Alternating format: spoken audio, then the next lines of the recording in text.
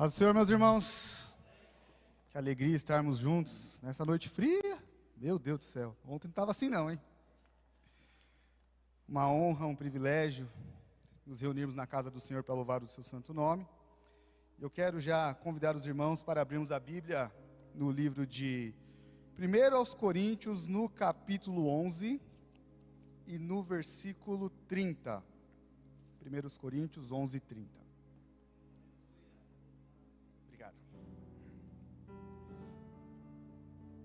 Estou aqui na NVI, para a gente se alinhar aí. 1 Coríntios 11, 30 diz assim: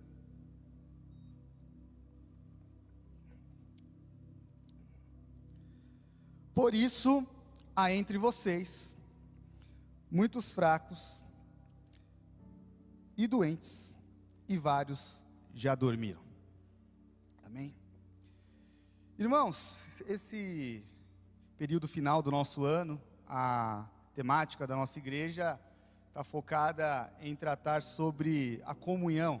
E a frase, o tema que nos guia é famílias fortes, igreja saudável. E hoje eu quero falar justamente sobre a parte final desse tema, sobre saúde. Então eu já quero começar aqui pedindo desculpa para os irmãos da área da saúde. Eu faço na pessoa do pastor Paulo. Se eu falar algum termo errado, depois os irmãos me corrijam, tá? Porque eu não tenho nada a ver com a área da saúde, mas por mais que a gente pesquise, alguma coisa sempre escapa, tá? Mas eu quero hoje refletir um pouco com os irmãos sobre essa temática. É interessante que nos últimos tempos, acredito que por conta da internet, o apelo a cuidar da saúde tem sido cada vez maior. Nós, todo dia quase, quem não vê alguma propaganda no Instagram de dieta, de academia, de treino, enfim, cuidados diversos. E nós temos sido chamados a cuidar tanto da saúde física quanto da saúde mental. E não deve ser diferente, irmãos, com a nossa saúde espiritual. Na semana passada, o pastor Paulo, no final da sua mensagem, ele usou justamente essa frase: Deus nos chama a cuidarmos também da nossa saúde espiritual. E eu quero, com base nisso, refletir com os irmãos nesse tema. E eu vou basear a explanação em um livro da Bíblia que eu acredito ser o livro mais efetivo quando trate sobre saúde espiritual. Talvez o livro de 1 Coríntios é o que melhor descreve ou busca orientar a igreja sobre como é uma igreja saudável. Porém, embora o apóstolo Paulo faz isso, ele faz isso porque a igreja estava ao extremo oposto de saudável. A igreja de Corinto, irmãos, é a igreja talvez mais problemática que a Bíblia descreve. Se bem que lá em Apocalipse tem algumas igrejas problemáticas também. Mas Corinto são 16 capítulos, dos quais 15 são apenas sobre problemas. E a igreja de Corinto tinha vários problemas, e resumindo muito, alguns teólogos até gostam de nos convidar a estudarmos essa carta não pela sequência textual, mas pela sequência problemática da igreja. Um problema que Paulo já começa atacando é o problema das divisões que haviam dentro da igreja. Era uma igreja partidarista. Era uma igreja que, pelo que nós entendemos na análise de Paulo, alguns pastores já haviam passado por ela. O próprio Paulo havia estado lá, Pedro esteve lá, Apolo esteve lá, e cada pastor que passava tinha um grupo de pessoas que se afeiçoava demais a esse pastor, e dessa forma acabava ignorando todos os outros. E Paulo começa: vocês dizem que uns são de Pedro, outros são de Paulo, outros são de Apolo, e com isso eles acabam rejeitando completamente o ministério do outro pastor, porque não é o pastor que eu gosto. E havia um quarto grupo, que era o grupo dos super santos, que falavam: eu sou de Cristo, pastor não me serve, só me serve Jesus. Então esse era um problema muito grande na igreja. E esse partidarismo era tão forte que os irmãos tinham problemas de relacionamento tão pesados que, creio eu, aqui é interpretação e um pouco de conjectura minha, eles se ofendiam e as ofensas iam parar nos tribunais de Corinto, levando problemas da igreja para o setor público, para a área pública, para que aqueles que sequer acreditavam em Jesus julgassem quem tinha razão e quem não tinha. Essa era a igreja de Corinto. Isso, problemas de relacionamento. Além disso, o culto naquela igreja era uma grande bagunça. Era uma desordem total. Paulo fala isso principalmente ali nos capítulos 10, 11, 12, 13, 14. Ele fala que o culto era assim, não dava para entender nada, cada um queria ter um dom mais bonito que o do outro. E além do culto ser bagunçado, havia um grave problema de imoralidade dentro daquela igreja. E a imoralidade era tão forte que alguns tinham o costume de subir ao templo da deusa Afrodite para se deitar com as prostitutas do templo da deusa, e isso era normal. Ninguém achava isso ruim, não havia um enfrentamento a isso. E Paulo cita um extremo, assim, um absurdo gigantesco. Um jovem tinha o hábito de se deitar com a sua madrasta. E isso era comum. E o pastor da igreja lá, os membros da igreja não refutavam isso. E por fim, o último problema que eu quero citar, bem rápido, era o problema de idolatria. Os membros daquela igreja frequentavam festas, rituais de adoração que haviam na igreja na cidade de Corinto, e comiam alimentos que eles sabiam que eram alimentos consagrados a ídolos, e faziam isso com a maior naturalidade. Então, a igreja tinha problema de relacionamento e tolerava, assim, com a maior tranquilidade, o que era pecado. E Paulo fica 15 capítulos falando sobre isso. Dito isso, irmãos, a igreja de Corinto estava assim, não estava doente, ela estava num estágio terrível, terrível, terrível. E é com base nesse cenário que eu quero refletir hoje sobre a saúde espiritual. Mas antes de a gente continuar na carta de Corinto, quero abrir um parênteses e chamar a atenção para uma coisa. A gente fala sobre precisamos buscar a saúde, não podemos estar doentes, mas eu acho que é importante nós termos em mente o que significa ser espiritualmente saudável.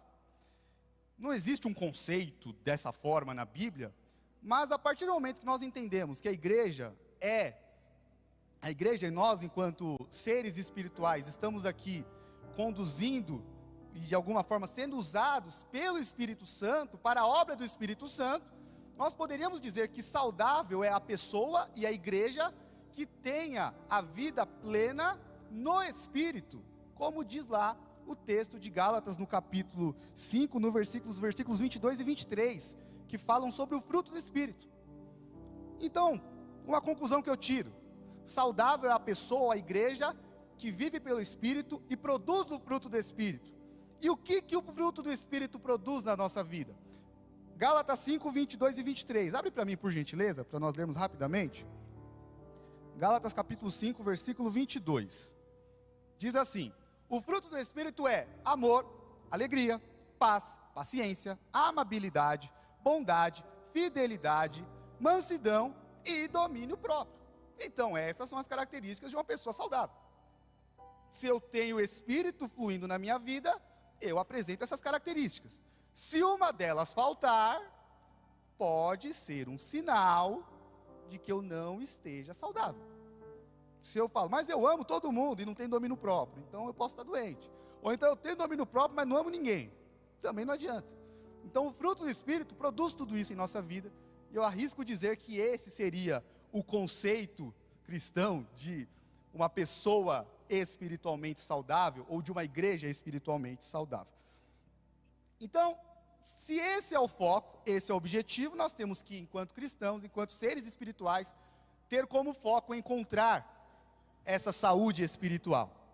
Mas além de entender o que é saúde, agora eu vou pegar emprestado um pouco de conceitos científicos, é aqui que eu peço perdão, e da medicina, para analisarmos que além de buscar a saúde, nós precisamos enxergar ou identificar, ou saber identificar a doença. Não basta dizer, alguém está doente, mas por que está doente? Você descobriu como? De que jeito? E a medicina vai dizer o seguinte, que a doença, ela é analisada de duas formas. Primeiro, a gente tem que entender como que o indivíduo chegou à doença, como que a doença chegou nele. E é nesse estágio que a medicina e as ciências da saúde vão analisar o que eles chamam de período pré-patogênico, o momento em que o indivíduo tem contato com o ambiente e com o agente, que são causadores ou propiciadores da doença. Ou seja, sabe aquela história que a mãe fala, não sai sem blusa no frio, que você vai ficar o quê? Porque no ambiente onde você vai, existe uma condição de muita susceptibilidade para que você fique doente. Então, a primeira coisa que a medicina nos chama a atenção é, preste atenção nos ambientes que você anda, e qual é o tipo de contato que você tem, e qual que é o agente com o qual você tem contato, que está fazendo com que a doença possa chegar até você. Essa é a primeira análise. E a segunda é como que a doença, já em contato com o indivíduo, se manifesta. E a doença basicamente tem dois estágios. Tem o estágio em que ela está na pessoa, mas é a tal da assintomática. Aquela que tem a doença, mas não tem sintoma, não espirra, não tosse, não tem dor de cabeça, não tem dor de barriga, não tem nada. Mas isso não é sinal suficiente para dizer que a doença não está lá. Meu pai recentemente teve um infarto. Descobrimos que ele tinha 3 veias completamente obstruídas. Nunca tínhamos ouvido falar nisso do meu pai. Descobrimos por quê? Porque chegou uma hora que a doença deixou de estar escondida e resolveu aparecer, falar, cheguei. Aí o que aconteceu? O homem infartou. Mas graças a Deus está bem, tá, irmão? Está em casa, já está até abusando já. O pastor Wallace foi lá, visitou, orou por ele. Mas enfim. Ou seja, a doença, o primeiro estágio ela fica aqui escondidinha e a gente não sabe. Como que a gente descobre uma doença antes de ela se manifestar? Acompanhamento médico. Vocês já fizeram o check-up esse ano? Já foram fazer exames? Já fizeram o exame de sangue? Já fizeram o exame de imagem? Quem não fez, amanhã lição de casa. Entra lá, marca o médico. Tem que saber. Porque é melhor descobrir antes do que quando a coisa já foi para o beleléu. E o segundo estágio é justamente o estágio do sintoma. O momento em que a doença, ela começa a se manifestar. Aquela dor que você sente, começa a causar um incômodo, é sinal que a doença está lá. Então não precisa nem de exame. Às vezes, está claro. Você já demonstra aquela situação que você chega, o médico olha para a sua cara e fala, está doente. Tem algumas doenças, falar um pouco da área do pastor Paulo, oculares, ou da vista, não precisa nem de exame, né, pastor? Se olhar já sabe, está doente, está ruim, vai tratar, não tem o que fazer.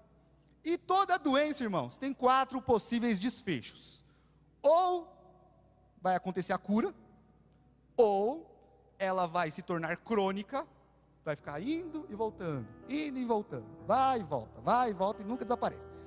Ou ela vai causar alguma deficiência ou sequela, de modo que alguma parte, algum funcionamento do corpo fica comprometido de forma definitiva e não há regressão. E a pior das hipóteses, ela mata. Esses são os 4 possíveis desfechos de qualquer doença. A morte, que é o de quem todos nós corremos. Embora todos nós queremos ir para o céu, né? Então, se você tem medo da morte, faça igual a minha esposa. Ore pelo arrebatamento. Porque assim você não precisa encarar a morte. E é isso, irmãos. Diante disso tudo, agora vamos voltar para a carta de Coríntios. Já sabemos o que é uma pessoa saudável e como que nós devemos analisar as doenças. E Paulo faz mais ou menos isso quando ele escreve essa carta. E no capítulo 11, que é o capítulo mais famoso, um dos mais, ele e o 13, né? Eles revezam entre os capítulos mais famosos. Nós conhecemos muito esse capítulo por causa do texto da Santa Ceia. E nós vamos ler o texto da ceia hoje. Abra para mim, por gentileza, o capítulo 11 e o versículo 17 de 1 aos Coríntios. Porque Paulo aqui no capítulo 11, no versículo 17 em diante, é o trecho que ele usa a ceia para fazer o diagnóstico daquela igreja. Ele já tinha falado de vários sintomas, você está doente aqui, você está doente ali, acontece isso, acontece aquilo, tal. E agora ele resolve dar o diagnóstico, usando a Santa Ceia como, digamos assim, a tacada principal da carta. Ele diz assim, no versículo 17, ele já começa dizendo: ao dar a vocês as instruções seguintes, que são as instruções sobre a ceia, eu não os elogio. Por quê? Vocês não se reúnem para o melhor, vocês se reúnem para o pior. E ele vai falar sobre a ceia, irmãos. Desde quando nós nos reunirmos em memória de Jesus, em memória do sacrifício de Cristo, nós estamos fazendo isso para o pior. Era isso que os irmãos de Coríntios faziam. E sabe por que eles faziam isso? Porque no versículo 18, pode até passar, Paulo diz o seguinte: essas divisões que eu citei, que vocês têm dentro da igreja, elas são tão marcantes, que elas são visíveis até na hora do culto, e na hora da ceia. Era como se os grupos daquela igreja chegassem, não se importavam com os demais, e quem chegasse aqui, chegou o meu grupo, está todo mundo aí, vamos começar o culto. Mas não interessa, deixa para lá, o problema é deles, nosso grupo chegou, a gente que vai cear aqui. Já pensou se isso acontecesse na nossa igreja? Quem chega primeiro?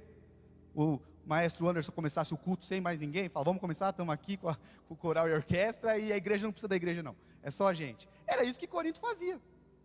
Faz sentido isso, maestro? Era isso que eles faziam. Eles começavam o culto, cada um do seu modo, e sentavam para cear com o seu grupo, sem pensar em mais ninguém. Eles não ceavam ao mesmo tempo. Além disso, Paulo segue falando que quando eles se alimentavam, ou comiam, ou participavam da ceia, eles poderiam estar comendo qualquer outra ceia, menos a ceia do Senhor. Ele diz isso lá no versículo 20, por gentileza, versículo 20. Quando vocês se reúnem, não é para comer a ceia do Senhor, porque cada um come a sua própria ceia, sem esperar pelos outros. Assim, enquanto um fica com fome, o outro se embriaga. E naqueles tempos, irmãos, a igreja primitiva, ela era muito uma marca daquela igreja, que eles se reuniam, além de celebrar o culto, como nós fazemos, com cânticos, com orações, com a ministração da palavra, com leitura da palavra de Deus, havia naquela igreja o costume também de se alimentar em conjunto. A comida era parte do culto, igual alguns cultos nossos sempre tem comida também, né? Tivemos ontem, tivemos lá na Manhã com Deus, os nossos núcleos evangelísticos têm essa marca de sempre termos um alimento junto. A igreja primitiva era assim praticamente todo culto. E nesse meio, eles celebravam a ceia, junto com a alimentação que eles traziam. Só que nem todo mundo na igreja, irmão, tem a mesma condição financeira. Nem todo mundo tem a mesma possibilidade. E aí quem tinha mais condição trazia um peru desse tamanho e comia sozinho. Aí o pobrezinho que não tinha R$1, estava desempregado, passando fome, a viúva lá, coitada, que talvez não tinha ninguém que cuidasse dela, chegava na igreja sem nada, ela não participava, porque não tinha nada para trazer. E aí Paulo fala, uns estão se embriagando, outros estão passando fome. E além disso, eles esqueceram completamente o que significava a Santa Ceia, o que significa a ceia. E a ceia, irmãos, fica um recado importante para nós, mais do que lembrar o sacrifício de Cristo, ela é a festa do corpo. E a festa do corpo não é só do corpo de Jesus que foi partido por nós na cruz, mas do corpo que assume a responsabilidade do ministério de Jesus, que somos nós. O corpo de Cristo, físico, carne e osso, deixa de existir quando ele vai para o céu, porque ele volta a ser espírito e o corpo dele desaparece, o corpo que ele usou aqui na terra. E nós somos o corpo de Cristo a partir de agora. Então não faz sentido o corpo se alimentar se ele não está completo. O braço não anda separado da perna, que não anda separado da cabeça. O corpo tem que andar em conjunto. Por isso que ele fala, vocês esqueceram o que significa corpo de Cristo. E quando ele diz isso, ele chega naquele texto famoso, que nós sempre lemos nos versículos 27 e 29, que fala que aquele que come o pão ou bebe o cálice do Senhor de modo indigno, ele é culpado de pecar contra o corpo e o sangue do Senhor. Versículo 29, pois quem come e bebe sem discernir o que é o corpo do Senhor, está comendo o quê? Juízo para si, ou nas versões tradicionais, come e bebe para a sua própria condenação. Então quem come, participa da ceia, e não pensa que a ceia não é só para mim, mas a ceia é para nós, inclusive é maravilhoso o costume que nós temos aqui na nossa igreja de participarmos juntos. A gente espera para que todos comamos juntos, porque é sinal que a gente entende que eu celebrar a ceia sozinho não faz o menor sentido, porque o corpo somos nós, o corpo não sou eu sozinho. E diante desse cenário, o que nós temos de análise aqui importante que nós podemos extrair? Quando Paulo falou que eles estavam celebrando ou comendo qualquer outra ceia, menos a ceia do Senhor, ele nos chama a atenção para uma situação, irmãos. Embora todo o alimento espiritual que nós recebemos durante o culto, ele vem de Deus, a palavra é de Deus, os louvores são celestiais, os responsáveis por isso aqui, somos nós. Quem traz a palavra do Senhor, somos nós. Quem traz os cânticos a serem entoados, somos nós. Quem traz a oração que é ministrada, somos nós. A responsabilidade por carregar todo esse alimento espiritual é nossa. Nós não sentamos aqui, esperamos o céu rachar para um anjo descer do céu aqui e cantar sozinho os louvores e ministrar a palavra. Nós devemos nos preparar antes e trazer este alimento para dentro da igreja. E se a responsabilidade é nossa, Paulo fala, vocês não estão servindo o corpo do Senhor, vocês estão servindo qualquer outra coisa. E aí eu pergunto para nós hoje, façamos essa reflexão, qual é o alimento que eu e você estamos servindo aqui na igreja quando recebemos essa responsabilidade? Será que eu estou preocupado em apresentar o alimento que é espiritual, ou eu estou apenas trazendo algo que eu acho interessante? Estou usando o microfone para mandar indireta para o pastor, para não sei quem, para o meu irmão lá que pisou no meu pé sem querer, ou cantando aquilo que eu acho legal e não quero saber se Deus de fato quer transmitir algo. Nós temos que pensar nisso. E a segunda coisa, o que está sendo servido para todas as pessoas? Ou eu estou comendo sozinho? Eu estou tão animado com a palavra que eu estou pregando que só eu estou entendendo o que eu estou falando. Quando Paulo fala dos dons espirituais, ele dá uma advertência acerca do dom de línguas estranhas na igreja, é mais ou menos nesse sentido. Paulo escreve lá no capítulo 12 que o dom de línguas estranhas, ele edifica a pessoa que fala. Só que a pessoa que ouve não entende absolutamente nada, e para nada serve eu olhar para alguém e ficar falando línguas estranhas, a menos que ela esteja recebendo uma interpretação daquilo. Da mesma forma funciona aqui no alimento espiritual. Se só eu estou sendo alimentado, de nada vale. Eu podia fazer isso em casa, ler sozinho, faz tudo sozinho. Porque se estamos em conjunto, se estamos no corpo de Cristo, se estamos na igreja, tem que servir para todas as pessoas. E diante desse cenário, Paulo chega no versículo 30 que nós lemos no começo. É o diagnóstico da igreja de Corinto. A igreja de Corinto tem pessoas fracas, doentes e mortas, porque esse dormiram, ou esse sono que Paulo escreve lá na sua carta, é o sono da morte. Ele diz que as pessoas hoje ou estão fracas, ou já adoeceram, ou já morreram. Essa era a igreja de Corinto, que estava participando a seu modo, da sua forma, da ceia do Senhor. E o que a gente faz diante disso, irmão? O diagnóstico vem, é quando quem já teve a infelicidade de receber um diagnóstico duro do médico, é um choque, né, à primeira vista. E diante de uma paulada dessa, o que a gente faz? De um choque, Paulo nos dá, lá no final do capítulo 11, nos versículos 33 e 34, dois caminhos que nós temos que adotar, como se fossem mudanças de hábito para cuidar do ambiente, para evitar que a doença se alastre e permaneça em nós. O primeiro está no versículo 33, que diz o quê? Quando vocês se reunirem para comer, esperem uns pelos outros. É como se ele estivesse dizendo, exerçam a comunhão. E esperar uns pelos outros, irmãos, me remete a algo que nós conhecemos muito bem aqui na nossa igreja, graças a Deus. Chegou a sua hora, meu maestro André. O maestro André vai pregar junto comigo hoje. Me remete à música, irmãos. Como assim? Quando nós estudamos música, até, por isso que eu fiz uma consulta lá com você, pastor, na quinta-feira. Quando nós aprendemos música, nós aprendemos lá na parte elementar, que a música tem 3 elementos, que é a melodia, a harmonia e o ritmo. Eu não quero falar nem de melodia, nem de ritmo hoje, porque de ritmo o pastor Paulo já pregou semana passada, quando ele falou do passo. Mas hoje eu quero falar sobre a harmonia.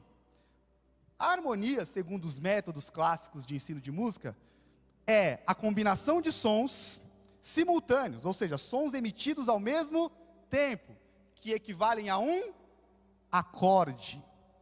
E o que é um acorde? Acorde é a combinação de notas, que sempre tem uma nota principal, que carrega inclusive o nome do acorde, e outras notas que são diferentes entre si, mas que complementam perfeitamente a nota principal, emitindo um som complexo e perfeito. Isso é um acorde, isso é uma harmonia. Vamos ilustrar isso, por gentileza, André. O que é uma nota de sol? Isso é um sol, irmãos, uma tônica, a nota mais importante de um acorde, que é o acorde de sol maior. Na sua versão mais simples, o sol natural, ele tem outras 2 notas que compõem o acorde. Qual que é a segunda nota, André? Si. Demos o sol, por gentileza o sol, e o si são diferentes. E a outra nota é o ré. Observaram que as notas são diferentes? Dê uma de cada vez, André. São diferentes? Ao mesmo tempo? Isso é um acorde.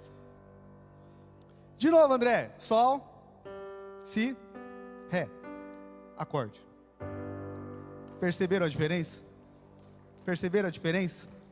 Na nossa vida, quem é a tônica? E por isso que eu usei o Sol para você gravar. Podia ser qualquer outro acorde. Porque só existe um Sol da justiça. E o nome dele é Jesus. A tônica sempre será Jesus. As outras notas somos nós, irmãos. E não necessariamente são só duas notas. Podem ser outras. Pode ter mais. O acorde pode ser mais complexo. Podem ter variações. Mas a tônica sempre será Jesus. Nós devemos ser acordes. A nossa convivência tem que ser harmônica. Tem que ser perfeita. Tem que ser um som. Como se fosse música. Agradável. A manifestação da alma. A palavra acorde, ela tem origem no latim. E no latim antigo ela quer dizer encontro de corações. Corações no mesmo sentido, no mesmo propósito. É a mesma raiz no latim para a palavra concordar ou concordância. E esse termo concordar, nós lembramos também de uma outra passagem bíblica, que está lá em Mateus, no capítulo de número 18. Abre para mim, Mateus 18, no versículo 19. Mateus 18 e 19. Diz assim a palavra de Deus: em verdade também lhes digo que, se dois de vocês concordarem na terra, em qualquer assunto, isso será feito por meu Pai que está. Essa palavra concordar aqui, lá no grego, sabe como que é a expressão original? Sinfonia. Então quem concorda, encontra os corações, vive como se estivesse exercendo uma sinfonia, vivendo de forma harmônica, executando um acorde. E Deus, Ele vai fazer, sabe por quê? Versículo 20. Onde se reunirem 2 ou 3, no meu nome, ali eu estarei. Você quer mais um trocadilho então, bíblico? O que diz o livro dos Salmos? Deus habita no meio dos louvores. A nossa convivência tem que ser harmônica, sinfônica, tem que ser agradável aos ouvidos. As pessoas têm que se sentir atraídas, tem que ouvir, eu quero aquilo ali também. Porque se nós fizermos isso, Jesus estará lá. E aonde Jesus está, o agente causador da doença não está. Porque a Bíblia diz que a luz dissipa as trevas. Cuide do ambiente, mude os hábitos. Quando vai se reunir, espere uns pelos outros. E o versículo 34, Paulo dá uma recomendação para nós a analisarmos a nossa individualidade. Capítulo 11, versículo 34 de 1 Coríntios de novo. Paulo conclui dizendo o seguinte: se alguém estiver com fome, coma em casa. O que de certa forma Paulo queria nos ensinar aqui? Nós vivemos, irmãos, cada vez mais no momento em que um período que as pessoas são, digamos assim, estão aceitando ou conformadas em viver de doses de fim de semana. Você consegue comer o almoço de domingo e ficar a semana inteira sem colocar um gole de água na boca? Sem colocar um grão? Dá? Sobrevive? Mas a gente faz isso espiritualmente. Eu venho para a igreja domingo, o pastor prega, a mensagem abençoada, eu saio daqui, eu não faço uma oração a semana inteira, não abro a Bíblia, não dobro o meu joelho, não ligo para o irmão, não participo de um grupo, não faço nada. Mas não, domingo é o dia de recarregar as energias. Imagina você carregar o seu celular uma vez por semana. Ou você não usa ele para nada, e ele fica ligado a semana inteira, ou você usa um pouquinho, ele desliga e você não usa mais até o domingo seguinte. Faz sentido isso? Então Paulo nos chama a nós buscarmos esse alimento de forma contínua. Nós temos que buscar na nossa vida. Por quê? E aí voltando naquela história da alimentação, uma pergunta que eu faço para nós hoje: você está se alimentando espiritualmente? Você está orando? Você está lendo a Bíblia? Você está adorando a Deus? Se sim, em qual quantidade você está fazendo isso? O suficiente para ter uma vida saudável? Ou só um pouquinho para conseguir se arrastar no domingo seguinte até a igreja? E existem aqueles que até comem, só que comem tudo aquilo que não presta. Quem sobrevive uma semana comendo fast food, irmãos? Comendo hambúrguer com batata frita e cachorro quente. Só isso, a semana inteira. A pessoa não dura poucos meses, morre, né? Já era. Então, Paulo nos chama, tenha hábitos saudáveis na sua vida fora daqui também. Talvez seja a época, seja o momento de nós criarmos uma dieta espiritual. 6 horas, oração. 9 horas, leitura da Bíblia. Meio-dia, adoração. 3 horas, oração de novo. E assim vai, de manhã até de noite. Se a gente faz um hábito assim, eu quero ver quem é o cristão fraco que vai chegar aqui semana que vem. Nós seremos cristãos fortes, saudáveis. E a igreja também será saudável. Vamos mudar os nossos hábitos, irmãos. Os hábitos coletivos e os hábitos individuais. Essa é a primeira parte. E, além disso, e para atacar a doença? Paulo nos dá 3 tipos de pessoas daquela igreja. Uns estavam fracos, uns estavam doentes, e uns já estavam mortos. Talvez você seja um desses aí. Se porventura você for o fraco, o que fazer? Semana passada, o pastor Paulo leu o texto de Isaías no capítulo 40, e no versículo 29, o profeta diz o seguinte: Ele dá força ou fortalece aquele que está cansado, e dá vigor a quem estiver sem forças. E a força é tão grande que o que acontece com quem é jovem? O jovem voa. O adulto, ele corre. E o velho caminha. Jesus está aqui para fortalecer as nossas forças hoje. Se hoje você chegou aqui fraco, Ele vai te dar uma injeção ali, que vai te fortalecer em você. Se você for jovem, você vai voar. Se você for adulto, você vai andar. E se você for velho, quem sabe você voa também, né? Vai, se a gente tiver fé. Mas talvez você esteja no segundo estágio, que é o estágio da doença.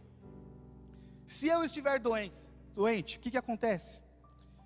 Se você estiver doente, saiba, nós servimos aquele que é o Jeová Rafá, o Senhor que cura.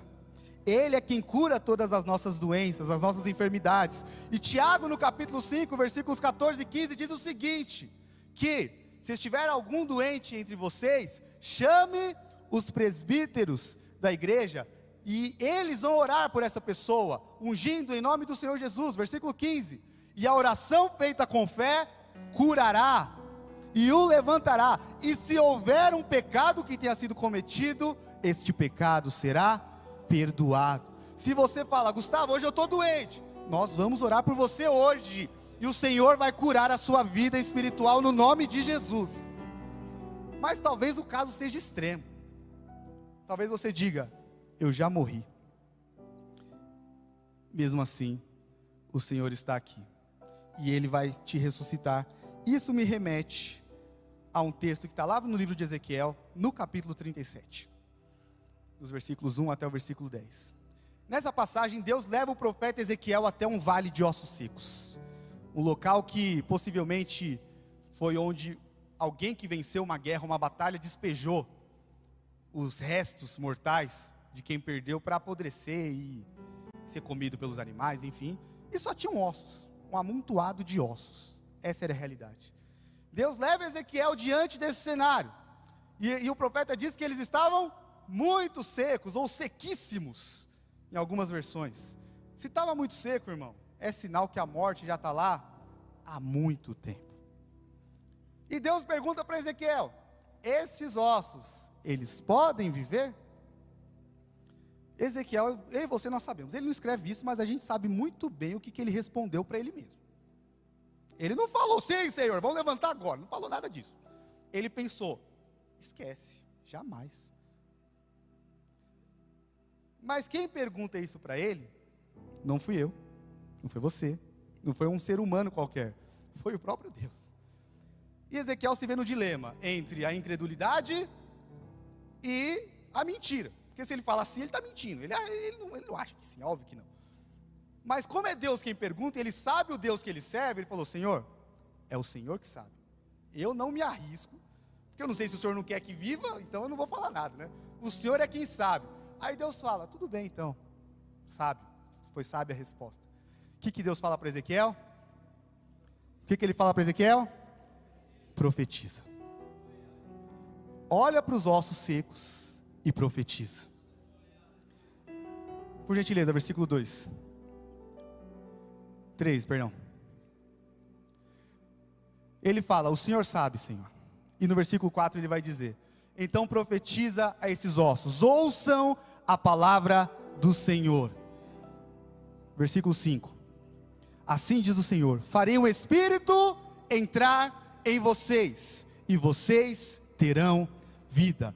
Mas para isso, o que Ezequiel tinha que fazer? Profetizar. Hoje Deus está falando para você que está morto hoje, e para você que conhece a morte do seu lado. Talvez a morte seja na sua casa, seja aquele irmão que você não vê há muito tempo, seja o seu pai, seu filho, seu amigo, seu parente, seu chefe, qualquer pessoa. Ele olha para você e diz: estende a mão e profetiza. Profetiza, profetiza, profetiza. E diga: Espírito de Deus, venha dos quatro ventos, entre nessa pessoa. E diz a palavra que aqueles ossos secos, no final, no versículo 10, eles eram um exército tão numeroso que ele até perdeu as contas de quantas pessoas tinham ali. De onde havia morte há muito tempo, o Senhor fez levantar um grandioso e poderoso exército. E o Senhor está aqui nessa noite para isso. Fique de pé nesse momento.